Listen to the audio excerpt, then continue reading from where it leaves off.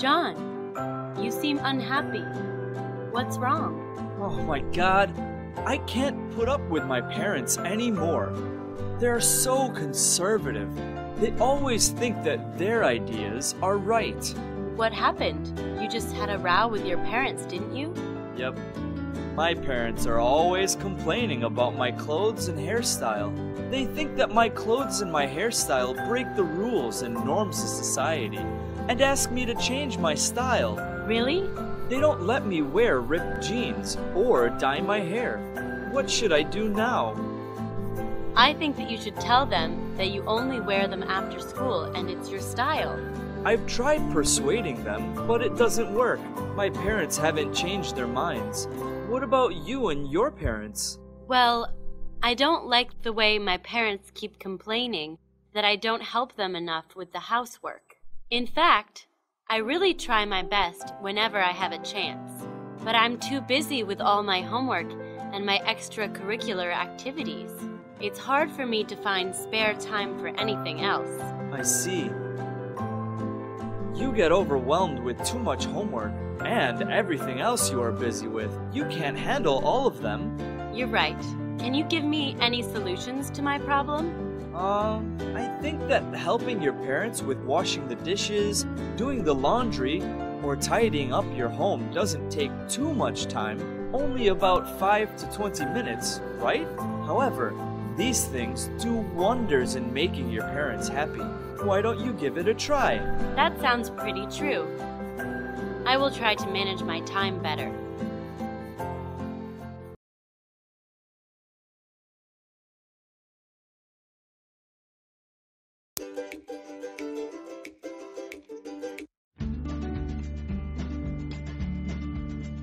Welcome to the program Teenage Relationships. And the topic for today is Teenagers' Romantic Relationships. Please give a warm welcome to our guest, Hannah, a 19-year-old teenager.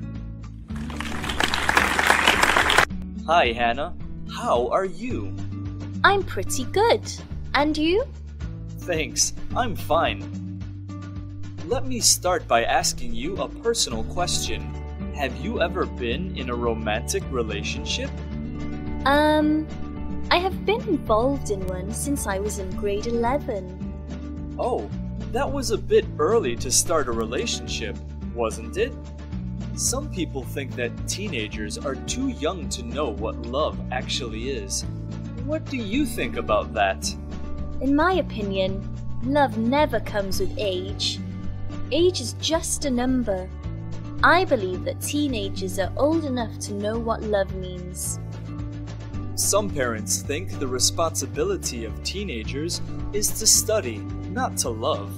From their viewpoint, love can sometimes lead to heartbreak, and they are afraid that their children will be broken-hearted when the relationship ends.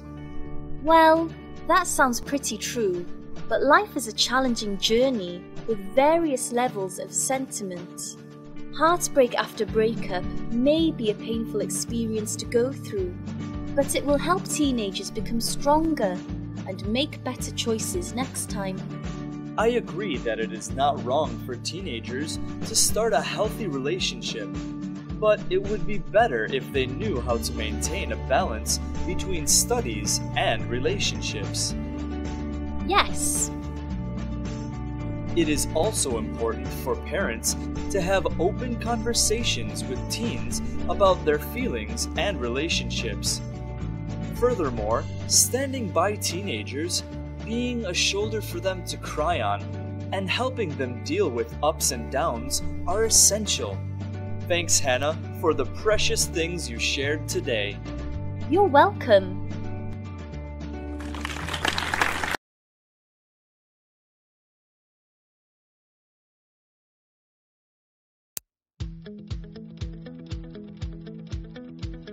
Good morning. It's my great honor to be with you in the series Life Skills. And our topic for today is, how can we raise children into independent citizens? To answer this question, we've interviewed Mr. Robinson.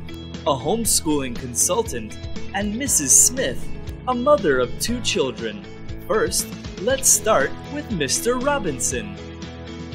For me, the most important thing in helping kids become independent is to teach them how to take care of themselves. From early ages, parents should make their children do things such as making their own bed, doing personal hygiene on their own, and helping parents with housework. In addition, building up children's confidence and problem-solving skills is a must.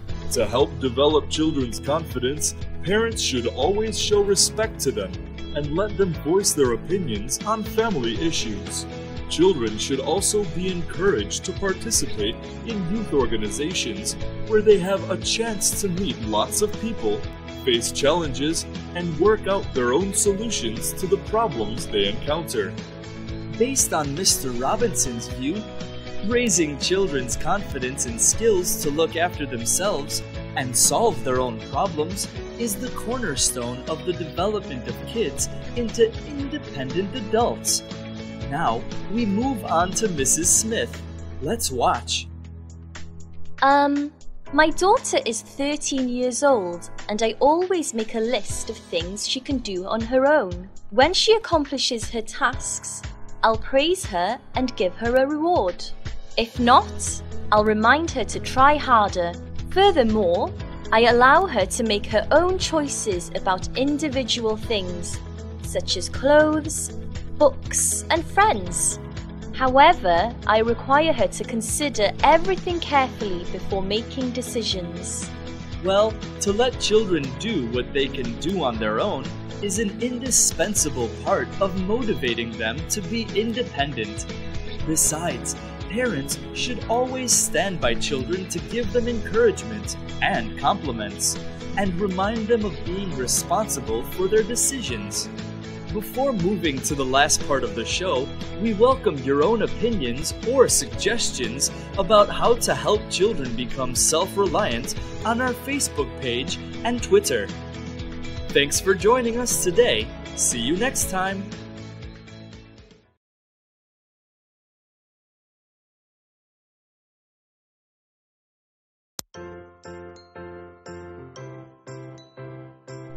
Welcome to Push Your Limits, a program about people who dare to step outside their comfort zone and change their lives.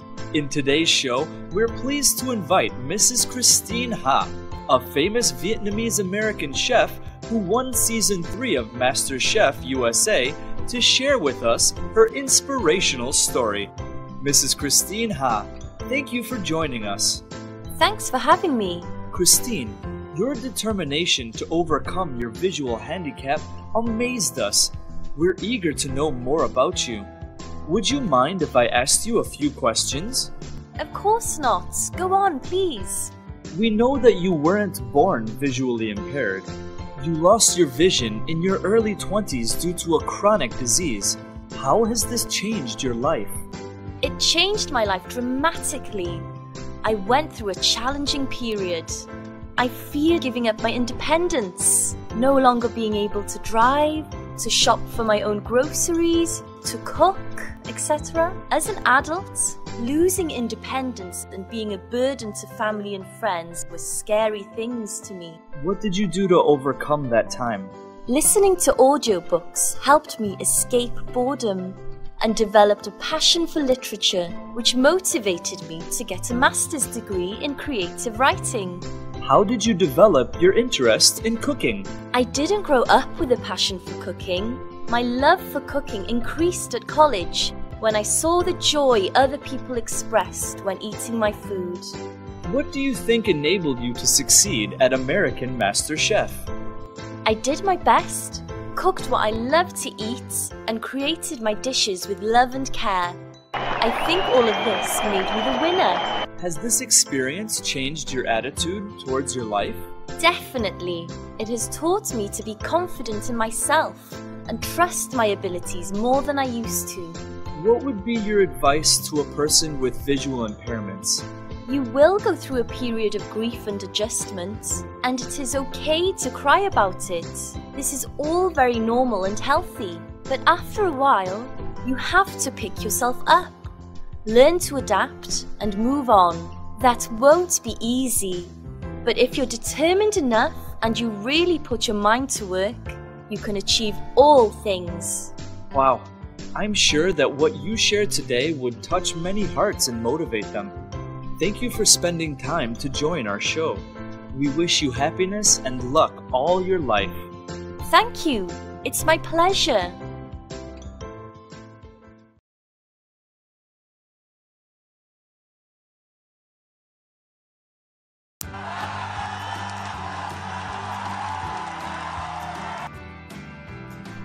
Hello everyone! Today I'd like to talk about the SEA Games, one of the most significant sporting events among ASEAN nations. Initiated by the Vice President of the National Olympic Committee of Thailand in May 1958, the SEA Games was originally named SEAP Games, with the first competition held by the Southeast Asian Peninsula SEAP Games Federation in Bangkok from 12 to 17 December 1959. Thailand, Myanmar, Malaysia, Laos, Vietnam and Cambodia were the Federation's first 6 founding members, and Singapore also joined in 1965. In 1977, the Federation agreed to include 3 new nations, Brunei, Indonesia and the Philippines. In line with the new members, the Federation changed its name to the Southeast Asian Games Federation, and the Games were then known as the SEA Games. In 2003, the Federation welcomed its newest and 11th member, Timor-Leste. The 2003 Southeast Asian Games, officially known as the 22nd Southeast Asian Games, was held in Hanoi, Vietnam, from the 5th to the 13th of December 2003. With 42 sports. It was the first time Vietnam hosted the Southeast Asian Games and the first time Timor-Leste participated in the Southeast Asian Games. Vietnam is the 8th nation to host the Southeast Asian Games, after Thailand, Myanmar, Malaysia, Singapore, Indonesia, the Philippines and Brunei. That year, Vietnam finished on top of the medal table, followed by Thailand and Indonesia. From the early days until now, the SEA Games is still a biannual multi-sports event that is a means to help forge strong regional cooperation, understanding and unity within the Southeast Asian community.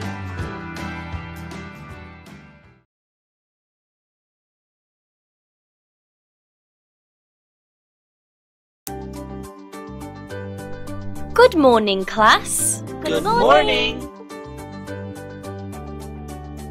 Today, we continue our lessons on global warming with a detailed discussion on ideas to fight global warming.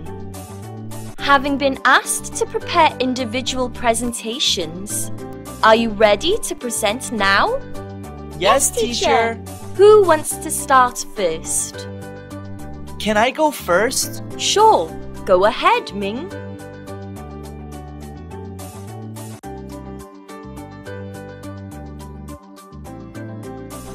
Hello everyone! Knowing that global warming poses a strong threat to human lives, we now make every attempt to cope with it. I've done some searching on the internet, and I've found some creative ways to combat global warming. The first idea is to turn carbon dioxide into rock-like building materials. This idea was launched by a team of researchers who want to trap and store carbon dioxide, combine it with minerals such as magnesium, and then convert it into rock-like products.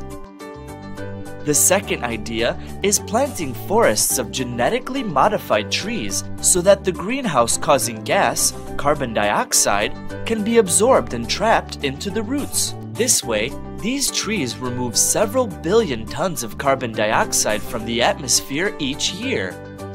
Another cool idea is to place a giant mirror into orbit to reflect sunlight. However, placing a giant mirror or shield up to 2,000 kilometers in diameter into space would be no small task, because it would also be incredibly expensive and technically difficult.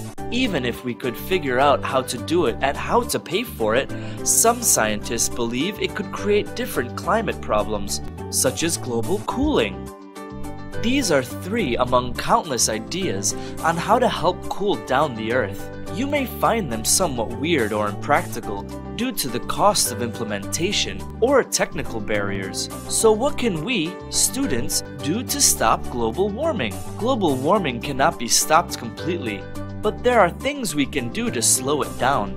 For example, use less energy by turning off electrical appliances when they are not being used. Use the air conditioner less in the summer and your heating system less in the winter.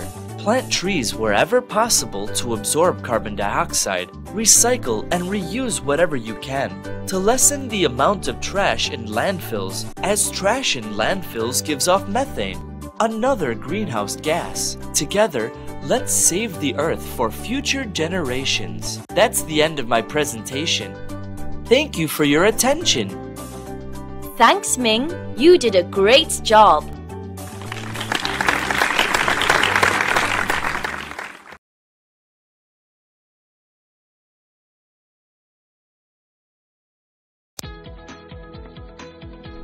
Good evening, everyone. My name is Helen Taylor. I'm really happy to be the host of the show New Vision. Today, we're going to talk about study abroad experiences. Firstly, I want you to listen to some experiences of 2 overseas students. Hi, I'm Fom. I graduated from the University of Barcelona, Spain, 2 years ago. I still remember early days in Spain when I lived with a host family. None of my host family members spoke English, and my Spanish wasn't very good, so it was very difficult at the beginning. However, as I grew more accustomed to their way of life and started improving my Spanish day by day, we became very close. My host mom was the chef and owner of her own restaurant, so I was very lucky to try a variety of traditional Spanish dishes, and I also learned to cook some of them. During my time there, I also joined in some youth organizations and went on excursions all throughout the country. Through these excursions, I was able to see different parts of Spain and integrate with the local culture. I can say this study abroad experience was so fantastic, and I will never forget it. Hi there, I'm Christine from Canada. I came to the University of Tokyo to learn the Japanese language 8 months ago. Only 2 months remain until I have to return to Canada. Indeed, I'm enjoying one of the most wonderful experiences in my life. This campus is surrounded by countless cherry blossom trees, and it has beautiful views. Especially during the springtime, one of my favorite places to study is the library, because through the library windows, I can witness this beauty. The University of Tokyo also provides students with a lot of other facilities that have made my stay very convenient. The student hall, which offers a variety of meals and supplies at very affordable prices, and the International Center, where all my classes are held and I can relax in a cozy lounge. Every day here is so gorgeous and meaningful that I wish I could stay longer in Japan.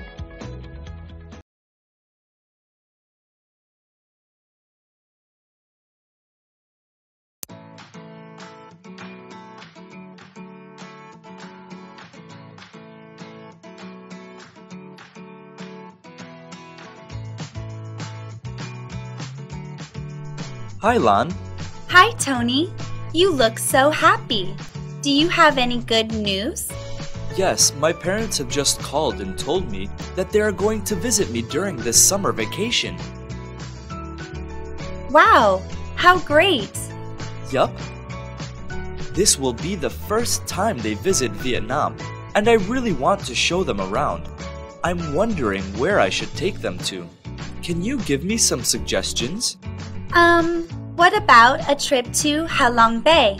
Recognized as a World Heritage Site in 1994, Halong Bay has long been a famous tourist attraction for its beautiful scenery and impressive cuisine of fresh seafood. Oh, is this the place where Kong Skull Island was shot? Yes, it is. Kong Skull Island was not only shot in Halong Bay, but also at other heritage sites throughout Vietnam, such as Trang An Scenic Landscape Complex in Ninh Bình and Phang Nha Ke Bang National Park in Quang Binh. If your parents love experiencing natural beauty of islets, caves, and complex geological structure, these are great places to go. That sounds awesome! I have only been to Phang Nha Ke Bang National Park before, so this time I might visit Halong Bay and Chang'an Complex. How was your trip to Phang Nha Ke Bang National Park? This trip was so mind-blowing. I was really into exploring its caves and grottos and seeing the diversity of its flora and fauna. I also experienced trekking up some steep mountains, which are over 1,000 meters high. This was a bit challenging, but quite worth trying. I haven't been there, but I've been to Halong Bay twice. During my second trip there, I enjoyed climbing up the top of Poem Mountain. There, I got a breathtaking view of Halong Bay and Halong City. Oh, I'll try that if I have enough time. My parents intend to stay in Vietnam for 1 week, so I'm going to spend 2 days in Hanoi taking them to famous places such as the Temple of Literature and the Imperial Citadel of Thang Long. Then, we have 4 days left to explore Halong Bay and Chang'an. I think 3 days in Halong Bay and 1 day in Chang'an are enough time for your family to explore all their outstanding features. You should plan out your itinerary soon because the earlier you prepare, the more enjoyable your trip is. Thank you so much for your advice, Lan.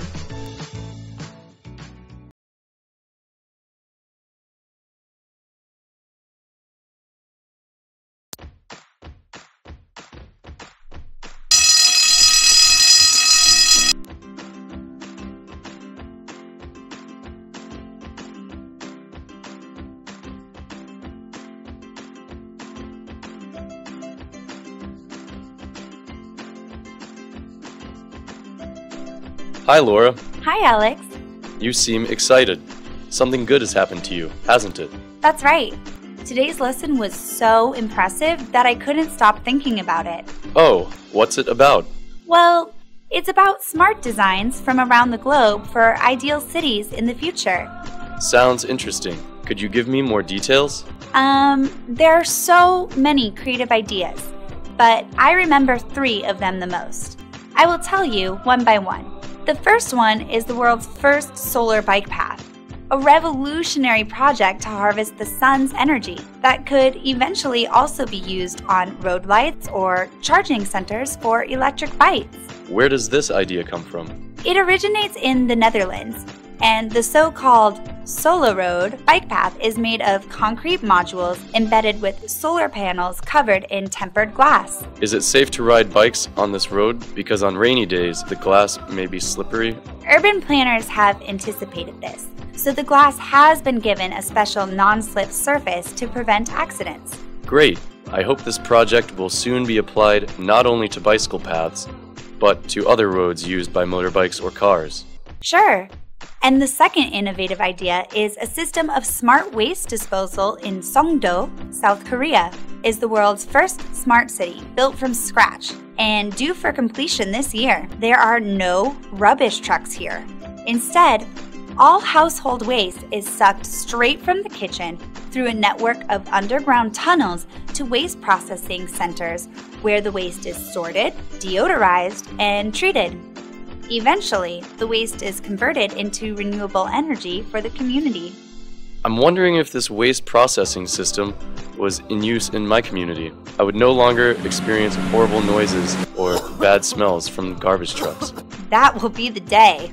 I have another innovation to tell you. I bet you will love it so much. Really? What's that?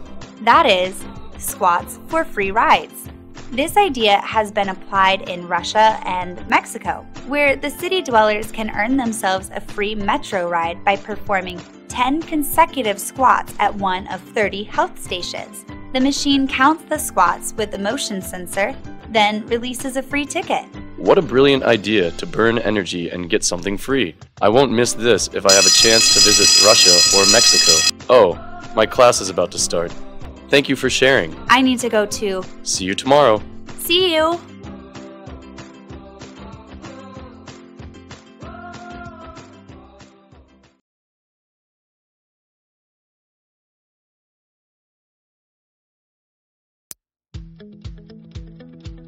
Hello everyone, I'm James, a yoga and fitness instructor from Health Plus Center. Today, I'm going to mention some things you can follow in order to obtain the best benefits from different types of light workouts, such as yoga and aerobics. Yoga is an exercise that suits people of all ages, but if it's done improperly, it can be harmful rather than developing positive changes in the body and mind. Therefore, you are advised to practice it with professional guidance and knowledge. Yoga can be practiced at any time of the day, except immediately after meals, because doing yoga with a full stomach can discomfort practitioners and cause digestive problems. The best time to do it is after getting up in the morning, or at least 2 hours after meals. Before starting yoga, you need to do some warm-up exercise, such as stretching. This will relax your muscles and prevent any damage to your joints. While doing yoga, you should control your breath. It is imperative to focus on your breath and coordinate the movements every time you inhale and exhale. Breathing helps you focus your mind and relax your body. Remember to breathe in and out deeply through your nose, not your mouth. One more thing to consider is that you should never bathe immediately after finishing yoga sessions, in order not to disturb the work of the hormones. Instead, spend about 10 minutes relaxing beforehand. The second exercise chosen by most women who want to burn off fat and be in good shape is aerobics. Before starting off, warming up the body for nearly 10 to 15 minutes is an absolute must, as it keeps the whole body flexible and ready for movements. You should always wear loose-fitting clothes when doing this exercise, because it facilitates movement of legs and arms. Remember to listen to your body all the time. Do not exercise when you are unwell, and don't forget to take a break during and after exercise if necessary.